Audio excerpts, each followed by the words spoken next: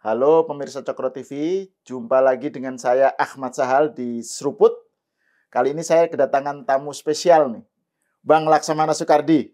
Selamat Assalamualaikum. datang ke Cokro, Bang. Waalaikumsalam. Apa kabar Mas Ahmad? Kabar baik, kabar baik. Alhamdulillah. Aduh, ini pas hujan-hujan ya. Iya, macet lagi. Macet betul, selalu kalau hujan tuh macet tuh. Gitu. Ini yang pertama ya Bang ya, ke Iya, terima Cokro TV kasih ya? sudah mengundang saya Mas. Kita juga kehormatan nih. Iya.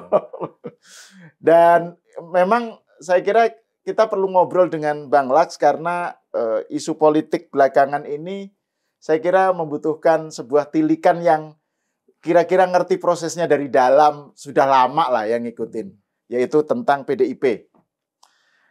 Dan Bang Laks kan kenal dekat dengan Bu Mega sejak lama, terus kemudian berpisah dan seterusnya. Jadi paling tidak masih ngikuti lah gitu. Nah, saya pengen tahu, penasaran nih, bagaimana bacaan Bang Laks tentang kasus terbaru Pak Jokowi dipecat, ya, pemecatan Pak Jokowi, Gibran dan Bobi, ya, dan beberapa orang lain. Tapi terutama yang menarik Pak Jokowi untuk dibahas. Alasannya kalau di dalam suratnya itu satu, Pak Jokowi tidak melanggar disiplin partai lah. Beliau dianggap melanggar disiplin partai karena tidak memilih presiden yang capres yang diusung oleh PDIP. Jadi membalelo lah dari instruksi partai, dari arahan pilihan partai. Yang kedua dianggap menyalahgunakan kekuasaan dalam kasus MK yang berdampak kepada hancurnya kalau dalam ininya ya, rusaknya rusaknya sistem demokrasi, sistem hukum dan sistem etika moral gitu. Dalam suratnya begitu. Nah, ini kan kasus yang sebelum Pilpres. Ya. MK kan sebelum Pilpres. Jadi tapi pemecatannya baru sekarang setelah Pilkada. Jadi ini butuh waktu lama. Nah, ini banyak bacaan tentang hal ini ya. Ada yang bilang wah, PDIP takut kehilangan suara lah apa sehingga ngitung-ngitung dan macam-macam analisisnya lah. Nah, kalau menurut Bang Laks melihat peristiwa ini gimana? Iya, terima kasih. Kita harus melihat secara jangan hanya termakan oleh narasi seperti itu ya. Saya juga kebetulan saya dulu dengan Ibu Mega sebagai pendiri PDIP. Ya. Jadi saya mengerti banget lah apa yang ada di benak Ibu Mega dan kondisi PDIP dari awal. Tapi saya waktu itu keluar karena membentuk sebuah gerakan pembaruan. Ya, semua orang pun dipecat yang ingin melakukan pembaruan setelah Megawati kalah Pilpres. Ya, 2004 2005. Ya, seharusnya setelah kalah kan introspeksi ya. Kenapa kita kalah gitu. Nah, khusus di dalam pemecatan Pak Jokowi, kalau di PDIP itu biasa mecat-mecat, pokoknya nggak suka pecat, harus tegak lurus sekarang ini. Ya, kalau dulu tidak terlalu karena kita sama-sama membangun partai bersama-sama dan bisa berdiskusi dengan Ibu Mega sebagai teman gitu. Kalau sekarang mungkin anggota-anggotanya banyak yang junior, bahkan cucunya pun sudah masuk di situ kan. Dulu yang selain Bang Laks kan ada Sofyan Sofyan, Eros Jarot, Sofyan Sofyan, segala Pak Abdul Majid, segala. Ya, jadi memang kita banyak narasi nih sekarang di sosmed ya kan mengenai pemecatan Pak Jokowi. Kalau saya ingin mengajak Mas Sahal ini kita lihat sejarahnya dulu. Ya.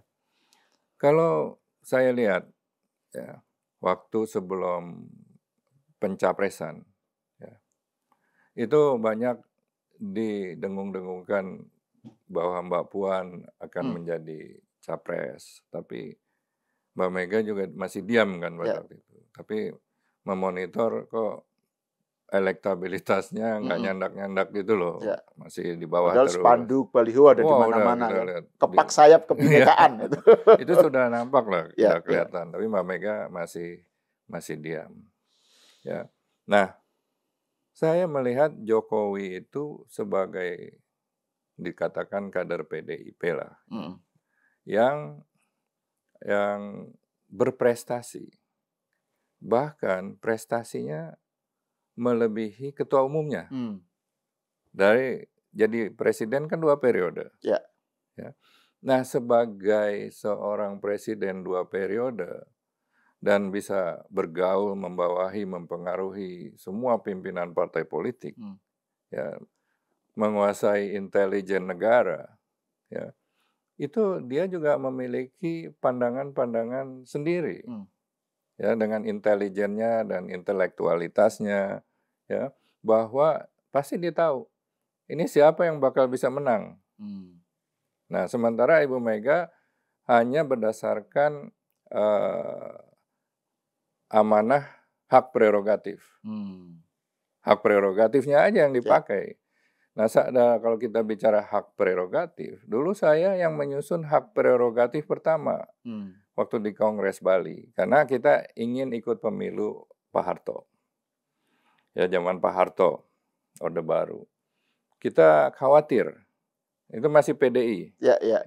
Ada dualisme PDI itu. Pemilu Orde Baru yang terakhir ya? Ya, ada dualisme PDI. Jadi Mbak Mega juga PDI, kita juga PDI, kita mau ikut pemilu, kita khawatir. Jangan-jangan ya yang disetujui PDI yang satu lagi, Suryadi. Ya. Oleh karena itulah kita berikan hak prerogatif. Kalau ada perkembangan politik yang sangat tidak memungkinkan kita ikut pemilu, diserahkan ketua umum untuk merubah nama partai. Merubah nama partai, menyusun kepengurusan, membuat logo partai yang bersifat teknis ya. Supaya tidak kongres lagi gitu loh.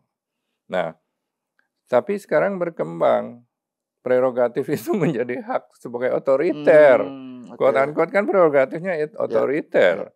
Bahkan Pak Harto yang memiliki hak prerogatif atau otoriter tidak mendeklar, wah saya punya hak prerogatif, saya yang menentukan calon presiden. Pak Harto masih malu-malu gitu loh. Ya dia pakai orang, pakai fraksi-fraksi suruh mengumumkan walaupun dia yang menentukan juga.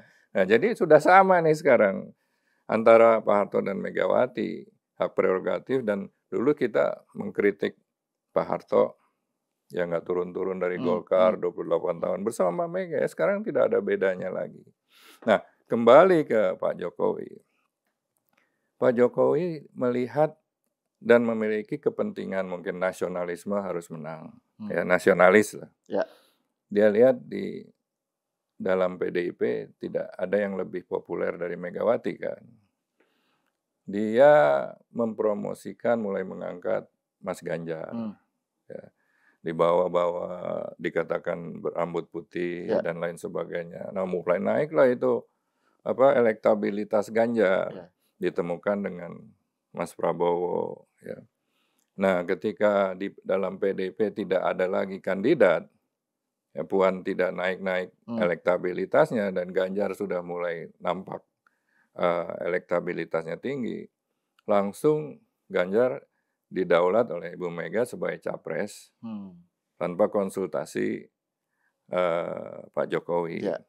Nah, bahkan setelah itu isu-isu tegak lurus itu kan tegak lurus ke ketua umum itu kan menjadi karena masalah bal-balan itu sepak bola U20 dan lain sebagainya. Betul. Dan terbukti Ganjar deliver tegak lurus gitu loh. Sedangkan orang-orang yang pinter dan berprestasi seperti Pak Jokowi itu gerah gitu loh. Benar-benar gerah, tapi dia diam terus. Ya, orang Solo kan begitu ya kan. Nah, akhirnya itu diblokir aksesnya. Pak Jokowi melihat telah mungkin ya dengan akses tadi saya katakan kalau main tenis itu ada advantage ya. Bahwa tidak mungkin menang. Ya. Maka akhirnya tinggal Pak Prabowo yang diusulkan. Nah, setelah itu kan masih diam tidak dipecat kan. Ya. Tetapi Mbak Mega ini sudah terlalu lama diagung-agungkan, ya, sebagai kepala sekte lah. Tidak ada yang berani menolak di situ, tidak ada yang berani bertanya kecuali ditanya, ya. Jadi sebagai pemegang hak prerogatif dan semua kader-kader tidak boleh, ya, melawan, ya, harus tegak lurus, tapi tegak lurusnya saya melihat sebagai taklid gitu loh. Ya orang yang submissive gitu ya, submission gitu. Submission dan dalam agama Islam taklid itu kan dilarang. Iya betul. Sapi dicocok hidungnya aja nurut gitu walaupun salah kan. Nah, saya melihat kepemimpinan Mbak Mega kalau melihat ada kader yang baik ya. Seperti Jokowi diajak bicara sebagai mitra. Harusnya. Iya, dinaikkan kedudukannya sebagai mitra karena prestasinya luar biasa, harus diberikan reward dong. Kalau dia salah baru diberikan punishment. Nah, itu tidak terjadi. Karena dalam kamusnya tidak ada boleh orang yang melebihi dia gitu. Ya, karena dia pemegang hak prerogatif, ya dia anak biologis Bung Karno. Kurang apa gitu loh. Nah, di situ tampak Pak Jokowi memiliki pandangan analisa yang berbeda. Ternyata terbukti menang kan. Nah, setelah menang, Mbak Mega kan tambah marah dong. Kok ono pegawai sing petugas partai sing mengalahkan saya gitu loh. Ya, itu tidak boleh. Ya. Jadi ada beberapa hal. Satu, dia tidak mampu mengangkat anaknya. Ya, dengan elektabilitas yang sulit. Kedua, dikalahkan. Mungkin istilahnya bukan dikalahkan kalau menurut orang-orang PDI, dikhianati gitu loh. Iya, narasinya pengkhianatan kan. Ya kalau Jokowi diam aja kan Ganjar kalah, yang menang Mas Anies kan. Ya. Nah itu dua. Ketiga, kok aku ini dikalahin gitu loh. Nggak terima. Nah barulah keluar itu pemecatan. Nah kita mesti lihat dari konteks proses dari awal sampai akhir gitu loh. Ya. Jadi saya lihat kalau masalah yang sekarang dinarasikan, ya Jokowi pengkhianat besar. Ya. Tapi kalau dia sebagai kader yang sangat berprestasi di PDIP itu benar. Kalau masalahnya setelah dipecat PDIP, seperti Anda dihukum gitu loh kan oleh Mahkamah Agung, koruptor. Orang lain tidak mau telepon Anda, bertemu Anda juga tidak mau, menjadi pesakitan gitu ya. Pesakitan. Tetapi Jokowi disambut oleh partai-partai lain, bukan sebagai pesakitan. Bahkan membuka pintu kalau Jokowi mau masuk. Dan Jokowi masih memiliki jaringan luas loh. Kalau dia belusukan mengatasnamakan partai tersebut bisa akan menang nanti 2029. Bahkan fenomena lemdak presiden aja nggak terjadi kan pada Jokowi. Jadi bahkan sampai sekarang pun masih gitu. Nah, yang menarik ya, kalau saya lihat ketika pada saat ini Jokowi dikatakan sebagai pengkhianat, ya, bisa boleh aja lah sebagai pengkhianat, karena Megawati dan PDI ingin menampilkan sebagai pihak yang berkuasa. Aku ini bisa mecat presiden loh, gitu loh. Mantan presiden aku pecat, jadi saya jauh lebih tinggi gitu loh. Nah, terus ada lagi narasi kedua, demokrasi dirusak, ya. Bahwa Jokowi bisa menampilkan anaknya, itu juga yang membuat faktor yang lain yang membuat dia marah juga. Kok anak gua nggak bisa? Anakmu kok gampang aja gitu loh. Walaupun ceritanya kita nggak tahu cerita yang sesungguhnya, apakah Prabowo yang minta, ya kan? Prabowo yang ngotot, kan Prabowo bisa menolak, ya kan? Partai-partai juga bisa menolak. Jadi apakah mereka itu benar taklid sama Jokowi juga enggak kan? Ya. Nah jadi saya kira ketika Jokowi disalah-salahkan dan mengajak masyarakat menuding Jokowi, loh kita bertanya, sing milih Jokowi kuwi sopo? Yang milih kan harus bertanggung jawab dong. Ya, minta maaf atau gimana kita salah pilih atau ya kan? Tetapi ketika Jokowi maju dan menang 10 tahun jadi presiden, yang menikmati siapa? Yang masuk ke zona nyaman itu kan PDIP semua. Menterinya banyak, ya kan? Yang di BUMN banyak, bisnisnya lancar semuanya kan. Nah, itu tidak bicara itu. Ketika mendapat benefit, keuntungan, ya nggak ribut. Tapi ketika kalah baru ribut. Padahal sistemnya masih sama. Nah, saya mengatakan kenapa sistem itu tidak dirubah ketika mereka berkuasa menguasai parlemen, menguasai DPR. Misalnya aja proses pemilihan presiden, capres, menentukan capres. Itu menurut saya nggak benar semua ini. Masa ada hanya satu orang dengan hak prerogatif bisa menampilkan capres gitu kan ngawur, Mas. Iya kan? Nah, itu harus dirubah. Pemilihan hakim agung, pemilihan hakim MK, Mas, KPK, komisi dan semuanya itu kan ada di DPR. Anggaran kan DPR. Dan lalu milih orang DPR, ngasih duit DPR, mengawasi DPR, ya, di mana aturan juga DPR yang membuat undang-undang. Di situ satu tangan DPR dan PDIP berkuasa 10 tahun, Mas. Ada kesempatan kalau mau mengubah gitu ya. Kalau tapi ketika menikmati dia terbuai gitu loh. Jadi sekarang ketika sistem tersebut ya berbalik, ya mengalahkan kenikmatannya, menghilangkan kenikmatannya baru ribut. Itu narasi yang saya kira saya kasih disclaimer ya. Saya bukan membenci orang-orang PDI Megawati, saya hormat semuanya teman-teman saya dan saya juga bukan orangnya Jokowi. Saya belum pernah ketemu Pak Jokowi. Tapi ini adalah gambar besar fakta. Ya, gambar besarnya. Gambar besar dan berdasarkan fakta-fakta yang kita lihat bersama loh, gitu loh. Nah, itu yang misalnya undang-undang benturan kepentingan pejabat penyelenggara negara. Tidak boleh ada hubungan keluarga. Itu kan perlu. Misalnya Panglima tidak boleh saudaranya presiden gitu loh. Itu kan perlu. Ya kan? Bagaimana memilih hakim MK? Yang milih siapa? 3 dari DPR, 3 dari pemerintah, 3 dari MA. Kalau kelihatan seperti itu, jangan dibuatkan aturan-aturan untuk kepentingan bersama, bukan kepentingan saat itu gitu loh.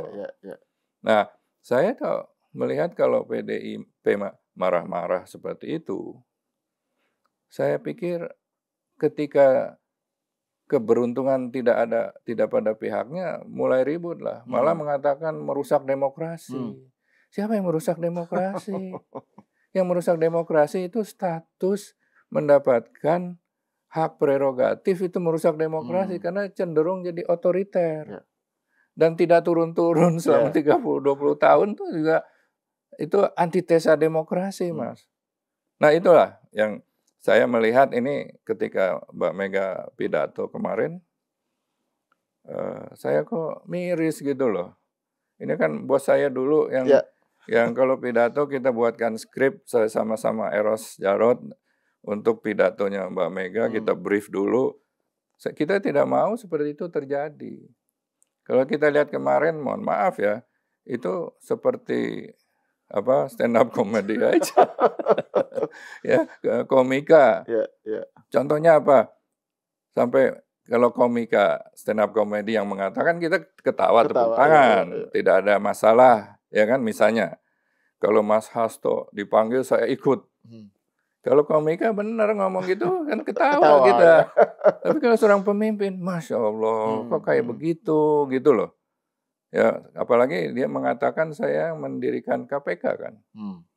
Kalau dari sejarah ya betul mendirikan KPK, tapi nggak ada yang tahu nih. Nggak ada yang tahu kenapa dulu amanat reformasi ya memang KPK, bukan inisiatif beliau, Mbak Mega sendiri. Tetapi sebelum KPK, setelah reformasi kita membentuk KPKPN, Komisi Pengawas Kekayaan Penyelenggara Negara. Itu dibentuk itu, Pak, sebelum KPK. Sejenis KPK lah. Itu zaman Gus Dur? Zaman Gus Dur. Terus zaman Mega jadi presiden. Nah, semua orang harus mendaftarkan kekayaannya ke komisi ini. Dia akan mengawasi. Saya juga begitu, sampai rumah saya, tanah saya didatangi, diperiksa, surat-surat diperiksa. Waktu itu ketuanya Pak Syakir, Yusuf Syakir dari P3, kalau masih pada ingat. Nah, Pak Yusuf Syakir itu kan kinerjanya harus semua penyelenggara negara mendaftar. Dia beberapa kali minta tolong saya, Mas Laks, tolong Mbak Mega dan keluarganya mau daftarkan kekayaannya gitu. Sampai saat itu dia tidak mendaftarkan. Kenapa? Ya ini tinggal Mbak Mega aja yang belum, katanya. Jadi kalau perlu saya bantulah ngisinya, katanya gitu loh. Saya matur Mbak Mega, dia juga berapa kali bilang Mbak Mega mungkin kurang enak ya dibubarin itu PKPN. Makanya kan nggak boleh dibubarin karena itu adalah amanat reformasi kan, diganti oleh KPK sekarang ini, gitu loh. Tapi kalau misalnya mengatakan kalau Mas Hasto dipanggil saya ikut, itu kan membuli KPK. Kan?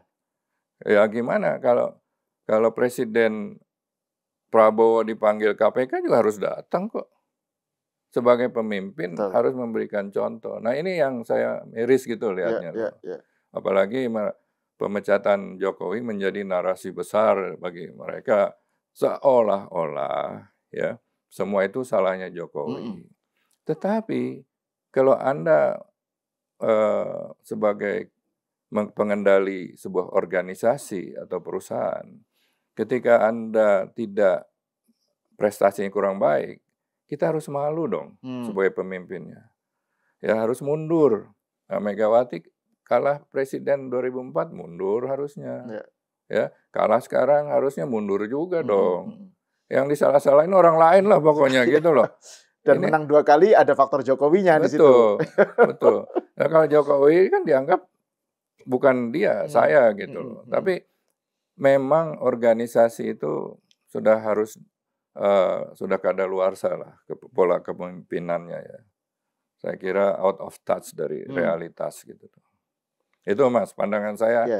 Secara singkat kita melihat historis, melihat fakta dan lain sebagainya. Jadi melihatnya dalam satu rangkaian gitu ya. Betul, jangan hanya seperti motion picture gitu loh, Pak. Iya, betul. Kalau jangan lihat kayak foto kan snapshot aja jangan gitu hanya loh. Snapshotnya, betul. Nah, ini menarik nih Bang Laks. Kalau kan tadi Bang Laks bilang bahwa Bu Mega ada kecenderungan pokoknya sebagai pemimpin partai itu dia nggak mau ada kadernya yang lebih tinggi atau lebih dianggap berprestasi pada lebih berprestasi dari dirinya, jadi dia nggak mau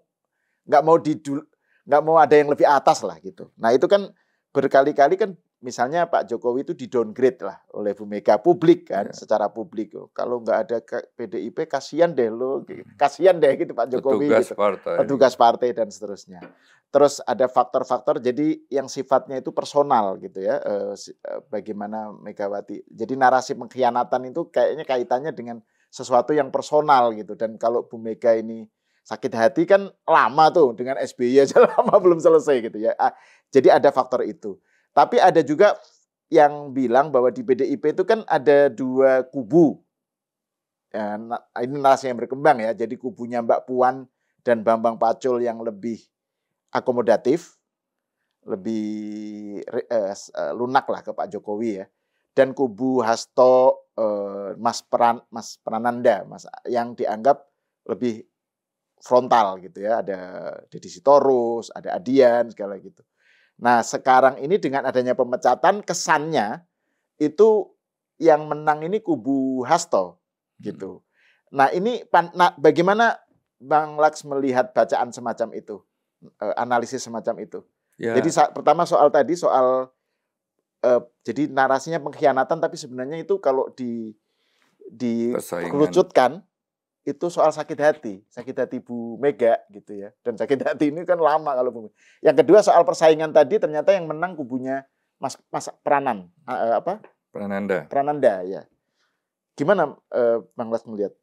Gini Mas, kalau di dalam politik itu kan siapa nipu siapa kan. Iya. Sopo mangan sopo gitu loh. Iya betul. Itu udah DNA-nya politik loh. Ya, makanya saya juga kurang sukses gitu loh.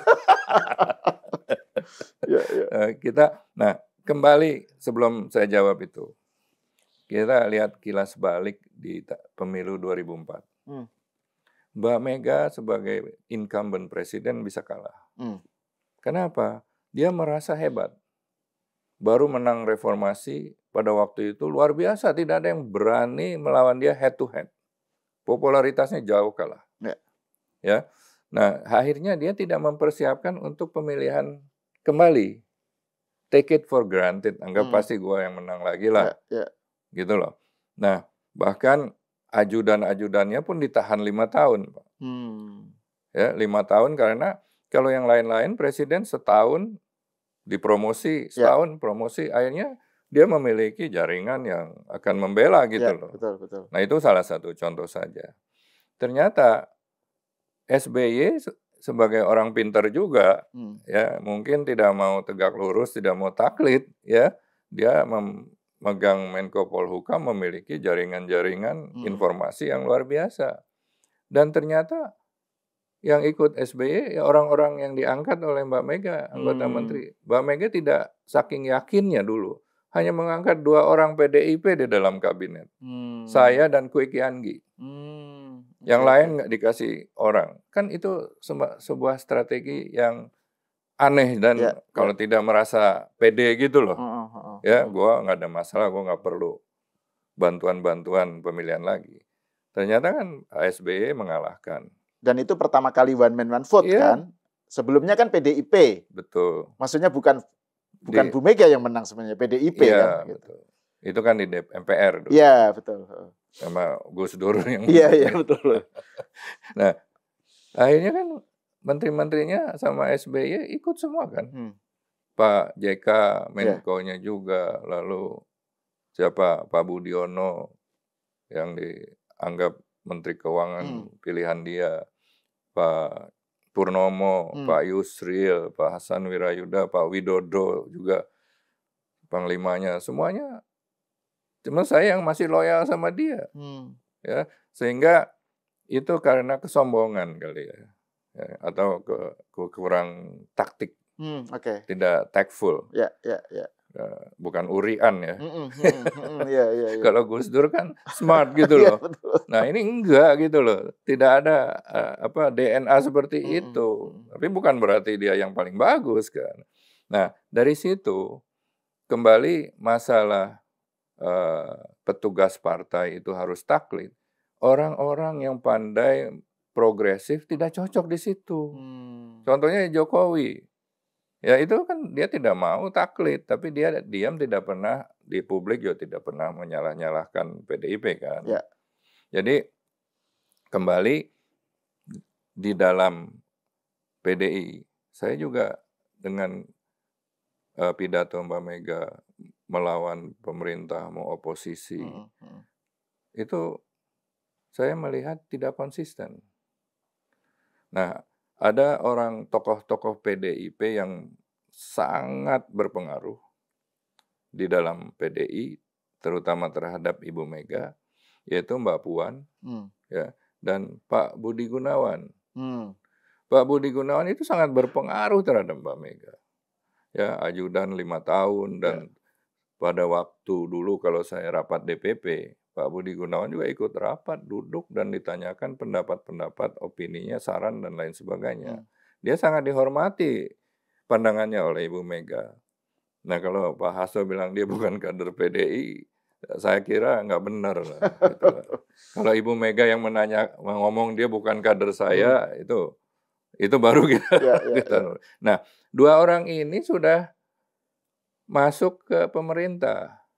Maksudnya Mbak Puan walaupun bukan kabinet, tapi kan bisa diblok melalui Undang-Undang MD3 kan. Tapi dia lebih pragmatis lah. Dia belajar dari ayahnya gitu loh, lebih pragmatis. Dan Pak BG memuji-muji Jokowi. Saya nonton, dia mengatakan presiden tertinggi popularitasnya setelah turun, ya kan? Atau sampai sebelum turun, tertinggi di dunia. Coba Ibu Mega yang ngomong seperti itu. Kan sama kedudukannya, itu partner gitu loh. Nah itu saya juga bingung. Nah, di samping itu, karena di PDIP itu semua pecah gesang dari Mbak Mega gitu loh, itu yang diinginkan. Mbak Mega kan dalam keadaan galau, marah, ya. Waktu dengan SBY dia marah, sekarang marah lagi dengan Jokowi.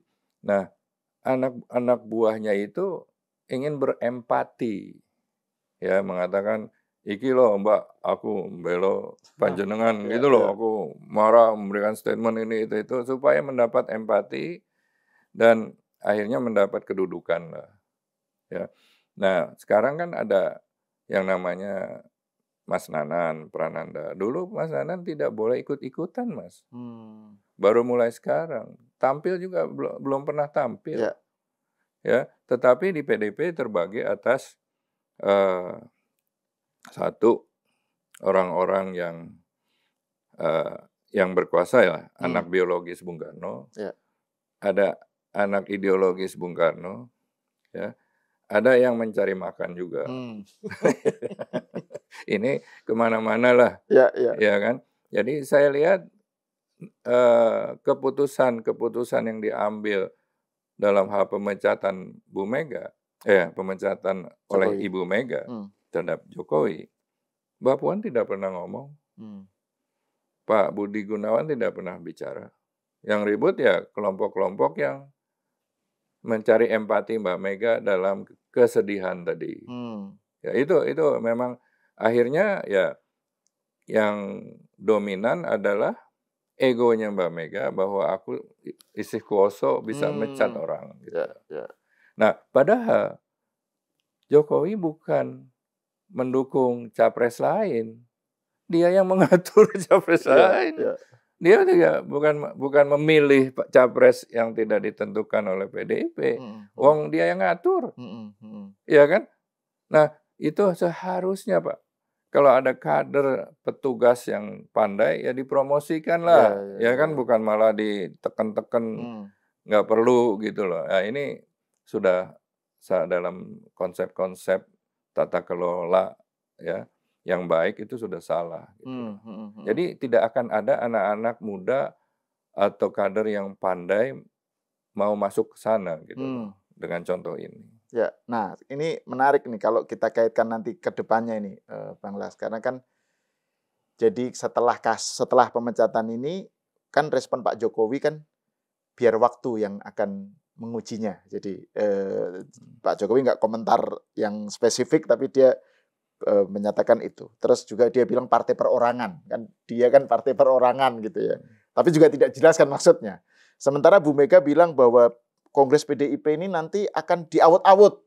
Nah, jadi diawut-awut. Nah, jadi ada selalu narasinya itu pokoknya membayangkan PDIP itu diintervensi atau dibikin supaya nggak lancar dan seterusnya. Nah, ke depan ini dengan adanya kasus pemecatan ini menurut Bang Laks gimana? Karena kan tadi PDIP juga ada masalah dengan kaderisasi kan gitu. Kader yang sekaliber Jokowi kan nggak ada gitu ya. Sementara Jokowi di luar dan Jokowi tadi masih belum jelas apakah ikut partai atau enggak, tapi partai-partai menyatakan berminat gitu. Tapi dia masih bilang saya partai perorangan gitu. Nah, menurut Bang Laks dinamika Bu Mega dan PDIP dengan seperti itu dan Jokowi seperti ini gimana nanti ini? Ya, kalau Anda lihat kita menyaksikan Ibu Mega secara gamblang mengatakan PDIP akan diacak-acak Kongres nanti kan. Saya melihat Mbak Mega masih dikungkungi oleh paradigma zaman Orde Baru. Belum keluar dari situ. Karena memang dulu kerjaannya diacak-acak. Orde Baru semua ngacak-ngacak PDI dan PDIP gitu loh. Itu. Tapi sekarang kan udah beda zamannya. Ya kan, bahkan sudah lebih demokratis. Ya, Pak Wiranto, Pak Prabowo, ya, dan semuanya kan dulu juga Orde Baru. Mereka sudah damai kok. Sudah memiliki paradigma kedamaian dalam negara kesatuan Republik Indonesia. Nah, dengan demikian, dia ingin mungkin khawatir lah akan diacak-acak. Berarti kan nggak pede kan? Kalau semua kader-kadernya masih membutuhkan dia, ya udah nggak usah khawatir, pasti akan kepilih lagi. Apalagi dengan menyandang hak prerogatif. Hak prerogatif bisa menentukan. Nggak usah kongres lah, pilih lagi saya gitu loh. Nggak usah buang-buang duit lagi. Hak prerogatif memberikan dia wewenang segalanya. Ya kan? Saya lihat itu aneh juga. Aneh lah untuk mengacak-ngacak itu, siapa yang mau mengacak-ngacak? Kayak partainya cuma satu aja. Kalau dulu Pak Harto memang tidak mau mendapat ancaman sekecil juga apapun. Jadi harus milih dia bulat, tidak boleh lonjong. Kalau ada satu anggota MPR yang tidak suka akan diculik gitu loh. Nah ini sama aja gitu loh. Hak prerogatif itu antitesa demokrasi, Mas. Nah ke depannya kan partai banyak sekarang. Partai Golkar sekarang hanya beda 2 kursi dengan PDIP. Ya, lalu Gerindra sekarang incumbent, bosnya presiden. PDIP udah kalah. Ya kan, siapa yang mau masuk PDIP sekarang? Kalau mencari zona nyaman. Ya, kecuali PDIP mencanangkan dirinya sebagai oposisi yang profesional. Mengkoreksi pemerintah. Ya, tetapi untuk mengambil peranan ini harus bersih, Mas. Harus mandi junub dulu, Mas. Kalau nggak bersih, kalau nggak bersih, elit-elitnya banyak masalah hukum, nggak mungkin bisa.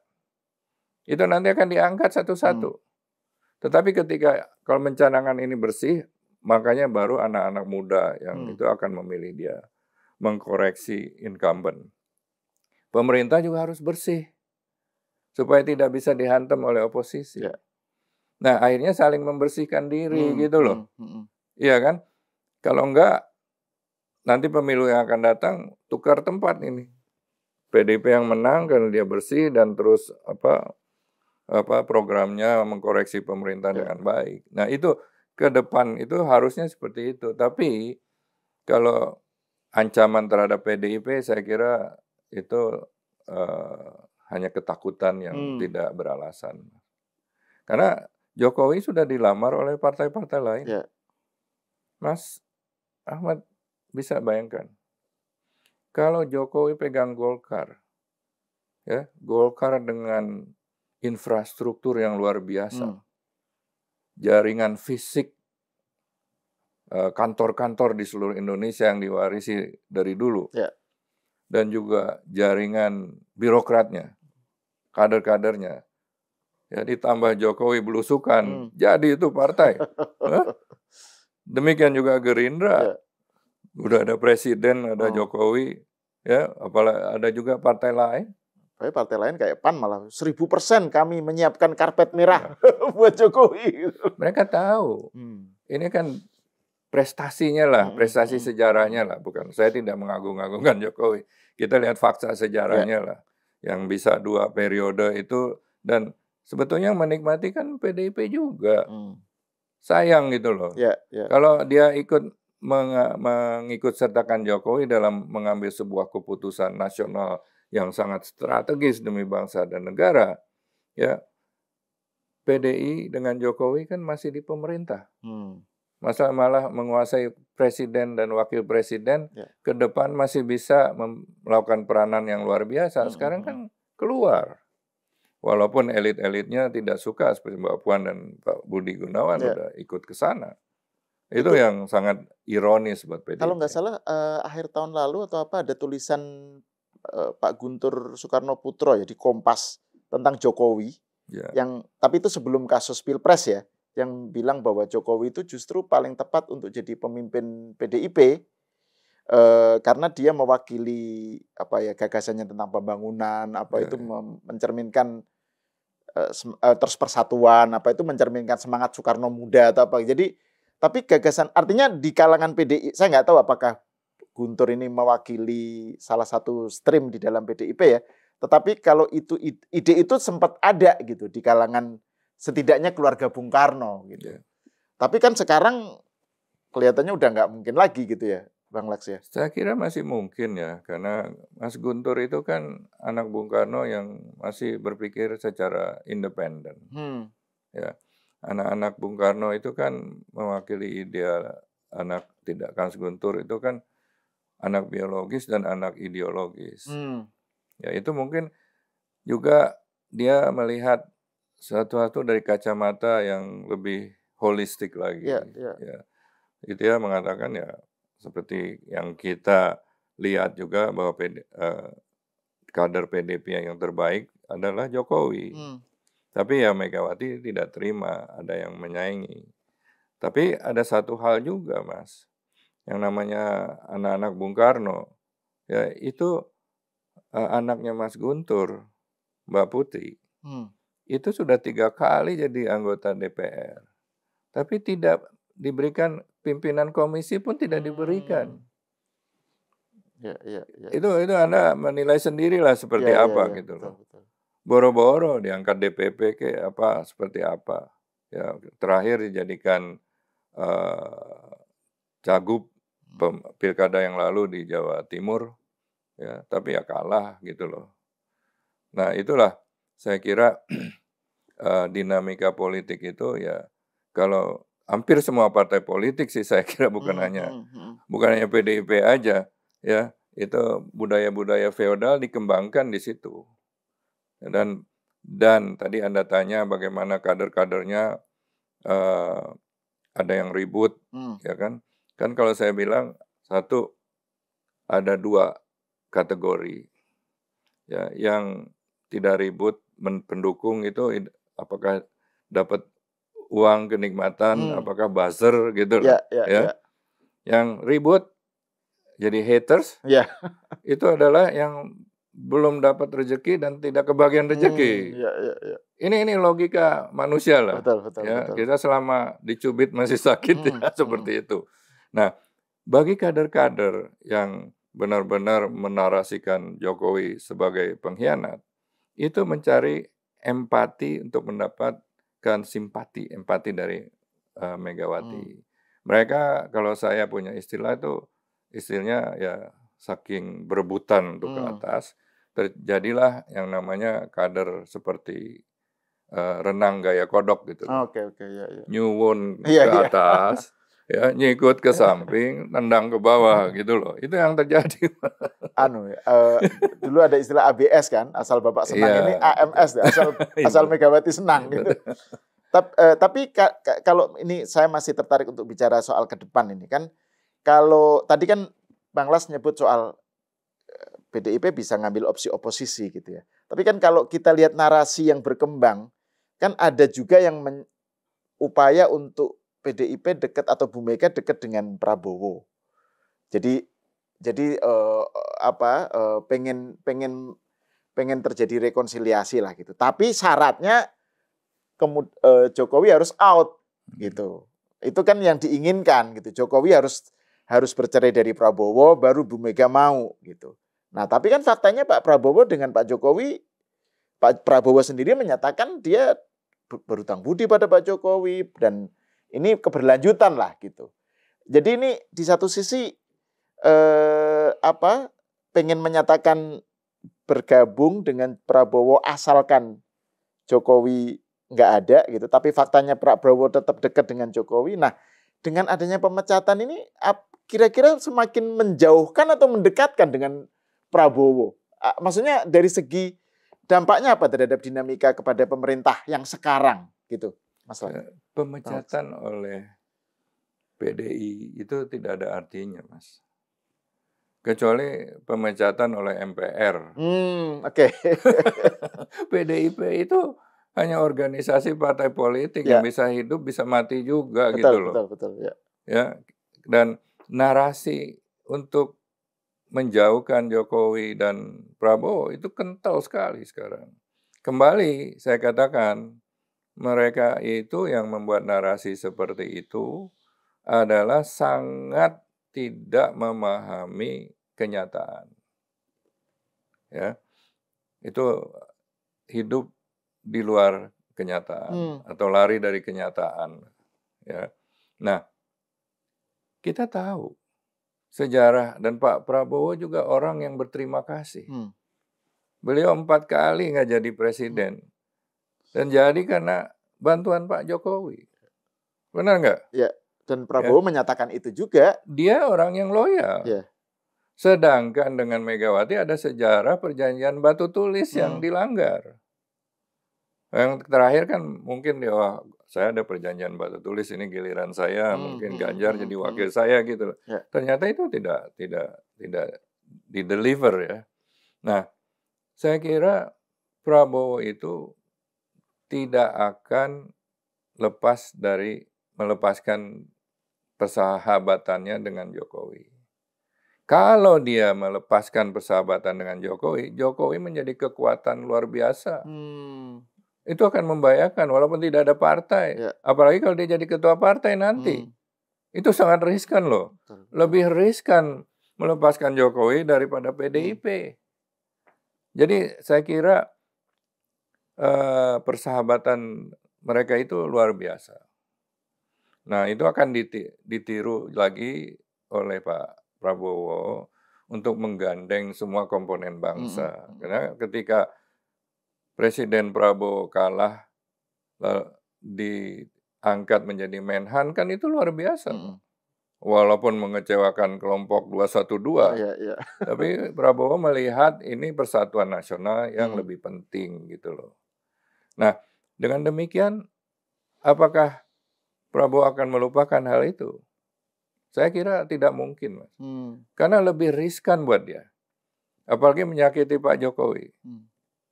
Ya mungkin diam-diam lepas dari bayangan Jokowi. Emang dia harus melepaskan diri dari bayangan Jokowi sebagai seorang leader kan? Ya kan, kalau saya melihat seperti itu. Tapi caranya gimana? Dia harus mendiferensiasikan dirinya. Ya misalnya yang selalu diomongin memberantas korupsi. Membersihkan ruangan, sapunya dibersihkan dulu. Ya, atau oligark konglomerat yang banyak masalah hukum, pelanggaran, itu dihukum benar-benar. Itu baru semua siap komandan. Itu lepas dari bayangan Jokowi dia. Tapi kalau ribut dengan Jokowi seperti yang dilakukan oleh PDIP, itu akan merugikan Pak Prabowo. Ke depan dia juga harus bersatu demi kepentingan pemenangan dianya juga. Jadi narasi yang pengen membuat mereka renggang sebagai prasyarat supaya Bu Mega bisa bergabung itu mimpi, Pak. Mimpi dan tidak masuk akal. Iya. Nah, terus ini Bang Laks, ini mungkin pertanyaan terakhir ya, karena kita sudah hampir 1 jam ngobrol. Udah bisa jam tuh. Iya, seru soalnya. Ini soal kan Bu Mega ini kan betapapun ya soal usia apa kan tidak akan seterusnya lah gitu berada di PDIP kan. Jadi kan harus ada kaderisasi gitu. Tapi di sisi lain ya tadi situasi PDIP seperti yang Bang Las gambarkan sekarang sudah kayak pokoknya loyal bongkoan, pasrah bongkoan gitu ke Bu Mega. Nah, dengan situasi yang seperti itu kira-kira kalau misalnya yang sekarang terjadi kelihatannya Bu Mega kan ada yang bilang Bu Mega terlalu didominasi oleh Mas Pranan. Tadi saya sudah nanyakan dan Hasto gitu ya, narasinya ya. Sehingga tidak mendapatkan gambar yang lebih lengkap mengenai kenyataan gitu dalam melihat Jokowi gitu. Nah, itu kira-kira dengan personality Bu Mega yang semacam itu ya, yang tadi yang Bang Las ceritakan, kira-kira ke depannya ini seberapa jauh kekuatan Mbak Puan dan Bambang Pacul misalnya ya sebagai satu faksi di dalam PDIP itu bisa mengambil alih atau mewarnai PDIP dengan situasi yang sekarang ya? Saya kira cukup besar, Mas. Kenapa? Ya, itu adalah keluarga Ibu Mega. Anak. Ya, waktu saya di sana dulu, Mbak Puan itu yang paling ditakutin oleh Mbak Mega. Mbak Puan bisa marahin nyeneni ibunya loh. Ya sebagai anak, ya nggak ada beban, ya kan? Betul.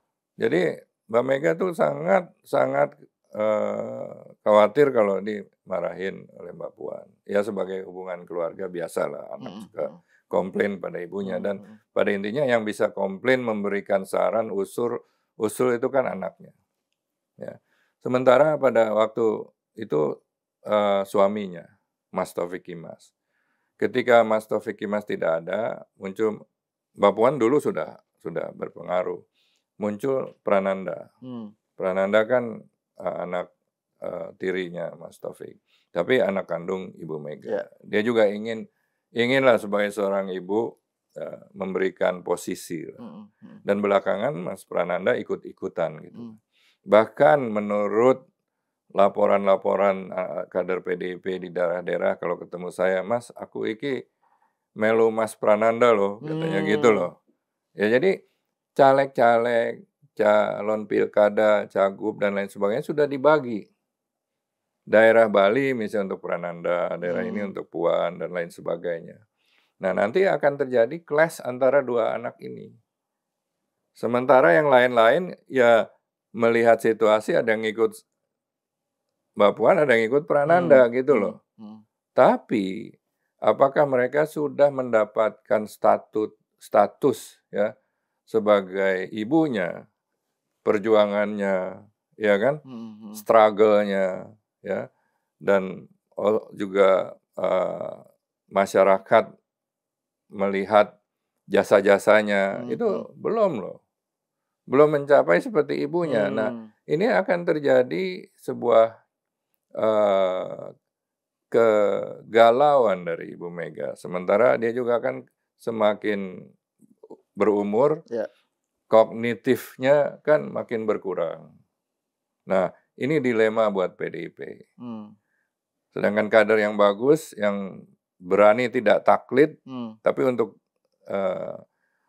setia kepada kepentingan, itu sudah dipecat. Jadi kan ada yang mengatakan loyalitas saya terhadap partai berhenti ketika loyalitas pada negara dimulai. Nah itu ya, ini tidak terjadi di situ. Nah di samping itu ada juga anak-anak ideologis yang bergabung ke PDIP karena sejarah Bung Karno, bukan karena anak-anak kesetiaan pada anak biologisnya. Itu akan pecah, Pak. Jadi bisa pecah tiga ini antara dua anak, lalu anak-anak biologis. Nah itu tinggal partai mana aja yang mau menampung itu.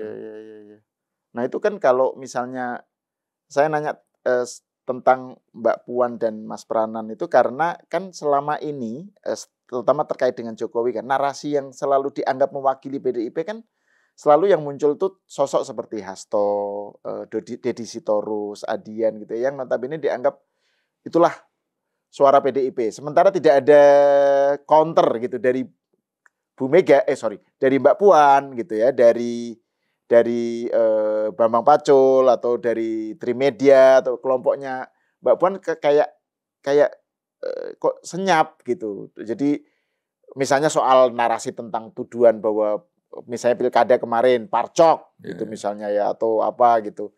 Itu kan Mbak Puan diem, atau Jokowi diserang Mbak Puan juga diem gitu. Jadi diemnya itu itu strategi atau kalah atau ngalah, menunggu momen atau tadi gimana? Kan saya bilang ada dua kategori, Mas. Yang mendukung diam itu kan sudah mendapat zona nyaman, nggak bisa hilang kenyamanannya, kekuasaan dan lain sebagainya. Yang ribut-ribut begitu belum kebagian atau nggak kebagian, Mas. Ya, namun di antara sibling saudara ini memang terjadi rivalitas. Terjadi rivalitas.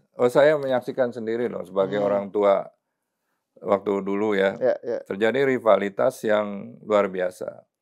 Nah, bagi kader-kader PDIP, pilihannya adalah ikut Puan atau ikut Nanan gitu loh. Tidak ada pilihan lain. Makanya ada yang milih ke sana, ada yang milih ke sini. Jadi kalau Mbak Puan ikut mengkritisasi pemerintah dan Jokowi, kan tiap waktu bisa MD3, Pak. Iya. Iya, betul. Ya bahaya kan. Nah itu logika aja, Pak. Kita dan pengetahuan kita sejarah mereka di dalam itu seperti apa. Karena banyak kader-kader yang tidak memahami sejarahnya terbentuknya PDIP dari awal dan perjuangannya. Saya sih sangat sedih melihat ini karena saya ikut mendirikan dulu ya perjuangan saya keluar dari sebagai managing director bank besar, gaji besar. Saya harus keluar karena saya mendukung Mbak Mega PDIP. Ya. Lalu ketika Mbak Mega digempur oleh orang-orang Soeharto, saya tetap mendukung Mbak Mega. Sehingga mayoritas pengurus DPP-nya lebih besar daripada yang Balelo. Sampai semua selesai, sampai anduk putih dilempar. Kalau kalah ya kita melihat sebagai harus melakukan introspeksi. Ya. Dari introspeksi tadi, kita bisa memperbaiki situasi. PDIP ini adalah aset negara. Kalau dia bubar juga saya sedih sekali. Itu yang harus dijaga. Tapi siapa yang mau melakukan itu? Ya, mudah-mudahan pada nonton podcast Mas Sahal ini yang muda-muda gitu loh. Saya tidak ada kebencian pada siapapun. Saya masih merah nasionalis. Cuman bedanya saya berpikir merdeka gitu loh. Berbicara merdeka. Tidak ada kepentingan apa-apa. Dan ini kan juga kita melihatnya sebagai pembacaan dari luar gitu ya. Betul. Oke, terima kasih Bang Laksamana Soekardi atas obrolannya dan diskusinya. Dan saya senang sekali nih Bang Laks sebagai tamu sekaligus memberi hadiah ke saya 2 buku nih. Yang pertama Di Balik Reformasi 98. Ini buku lebih lama ya Bang? Iya, waktu reformasi itu. Ini diterbitkan Kompas ya, tahun berapa ini? Dua-duanya Kompas. Iya, terus yang terbaru ini ya, tahun lalu ini ya? Belenggu Nalar. Belenggu Nalar. Itu masalah hukum yang saya dijadikan tersangka. Oh, oke. Jadi tapi ini memang penjoliman nasional. Bagi yang tertarik, saya ada Instagram Laksamana_Soekardi. Ada link in bio. Oh, oke. Ada versi digitalnya ya? Ya bisa beli di bio. Oh, bisa dibeli di bio. Oke. Apa tadi nama akun Instagramnya? Laksamana_Soekardi. Oke, Laksamana_Soekardi. Oke, terima kasih Bang Laksamana. Terima kasih banyak saya terima kasih. Tapi ngomong-ngomong nama soal Laksamana itu ya. Dulu waktu jadi waktu saya masih mahasiswa kan selalu baca berita tentang Laksamana Soekardi, kader PDI. Waktu itu PDIP atau PDI? PDI. Itu saya pikir itu Laksamana itu angkatan laut gitu. Ya, terus ternyata itu. Untung ayah saya tidak menamakan saya kopral. Ketika 92 saya jadi anggota DPR, pengangkatan surat dari Pak Harto ditandatangani, Laksamana dalam kurung TNI Soekardi. Sebenarnya saya tinggal lapor ke Panglima, saya bisa naik pangkat gitu loh. Jadi memang banyak yang salah paham ya? Banyak yang salah paham, tapi ya bersyukurlah. Tidak namanya cukup menginspirasi. Dan banyak-banyak teman saya menamakan anaknya juga Laksamana. Insya Allah, Pak. Iya. Oke, terima kasih Bang Laks. Pemirsa, sampai di sini dulu. Kita berjumpa lagi di episode selanjutnya.